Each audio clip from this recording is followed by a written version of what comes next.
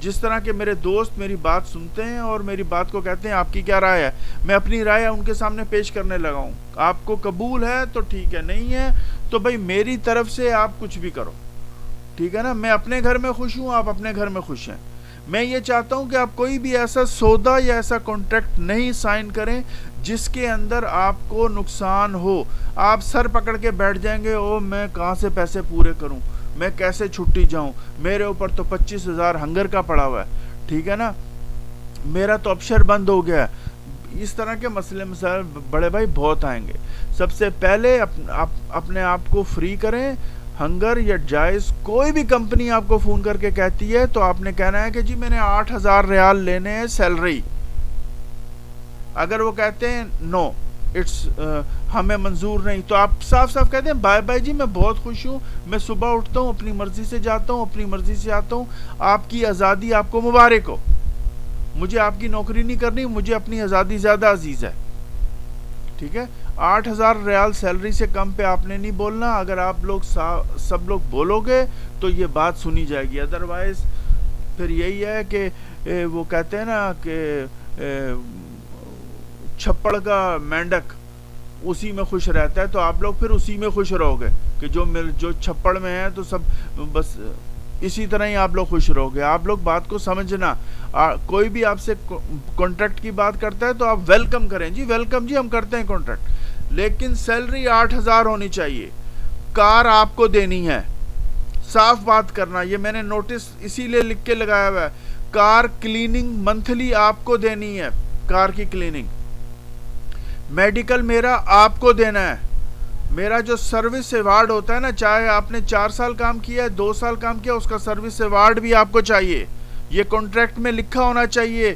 یہ لوگ عربی میں لا کے آپ کے سامنے دے دیتے ہیں، کہنا جی مجھے عربی نہیں آتی، اس کا ترجمہ ہندی میں کریں، بنگالی میں کریں، اردو میں کریں، پشتو میں کریں، پھر میرے سامنے لائیں، میں سائن کروں گا. بھائی جان بہت لوگ آپ کو بے وقوف بنا دیں گے.